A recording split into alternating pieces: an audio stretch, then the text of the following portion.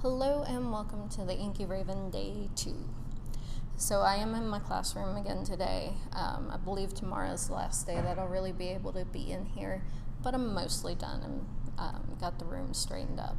So what I'm doing today is working on some bulletin boards, and I actually had to patch one, and I'm trying to use the plaster strips that has it's like a mesh. I don't really know what it's called, but and seeing how that works. I'm gonna let it dry overnight, and hopefully it fixes the chunk that was missing out of the one bulletin board. So what I'm hoping to do is kind of divide them into sections and have the kids kind of design their own section next year, to kind of bring themselves into the room a little bit more and use them more effectively than I did last year. Because they were ugly and brown and covered with paper and just awful. So since I'm going to be here all day, I kind of want to make the room a little more mine this year. But so what I'm currently working on, and I'm hoping to at least start with like a drawing tutorial kind of thing, and get rolling with some watercolor stuff within the next couple of days. Tomorrow specifically, I know I want to start with a drawing challenge. So what I've done, and I'm still currently working on getting everything set up I know I have a few things still left to work on with the channel logo and the banner for YouTube, as well as some of the stuff for Facebook and Instagram. But so these are already available to my students. I will be posting them up on Instagram shortly, and possibly Facebook as well. But so I went through and have made so far 4 summer challenges so that the kids can, if they want to improve their skills over the summer. So the first 2 are photography challenges. One of them is photograph something that you love every day. But the challenge is to be sure to use either like the rule of thirds, so having it over to one side or the other, or like the bottom or the top, to kind of give it more visual interest, as well as like photograph it from different angles, so get right up on it, look down in it, all kinds of different things.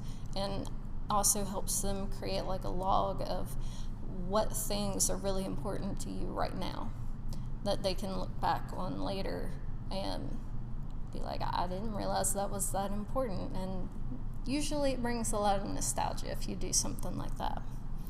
The second one is more of a mood tracker, and it kind of having them take basically a selfie every day, and so that they can process their emotions and kind of put them all together in one place, or make a short video out of it and see like what days were bad days and why, and kind of focus on the good days and what happened that day that I can maybe repeat to make sure I have more good days, which is incredibly important right now with everything going on, because they can't go see their friends, they can't go do a lot of the things that they normally do when school's out and summer's starting. So I'm hoping the kids will really get a lot out of those 2 things.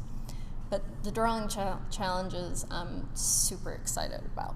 So the first one I went and did was 30-day drawing botanicals. So botanicals are, of course, different plants. I picked variations. Some are like ferns and more green plants. Others are flowering plants, of course, like roses, lilies, and some that you may just not know the name of are on there. But so these are, as I said, available to my students now, and I will be working on getting them up on Instagram shortly.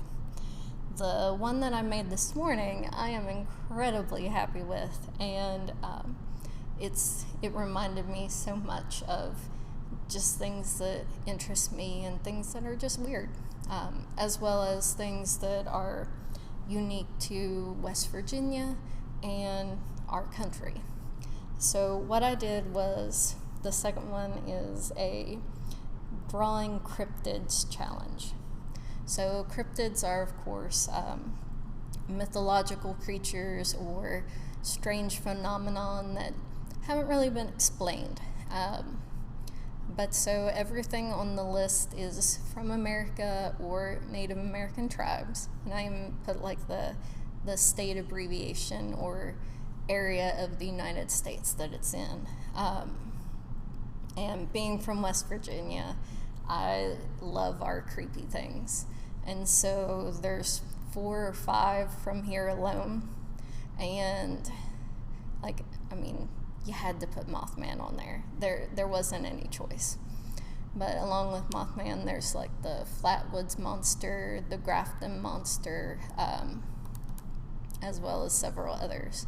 And I'm really excited. And I believe starting tomorrow, I don't know if it'll be here or at home, I'm kind of going to walk you through my artistic process a little bit, and I can't wait to draw the Mothman. So the way that I've set the boards up is it's kind of more like a bingo board versus like the Inktober lists, because they're not numbered.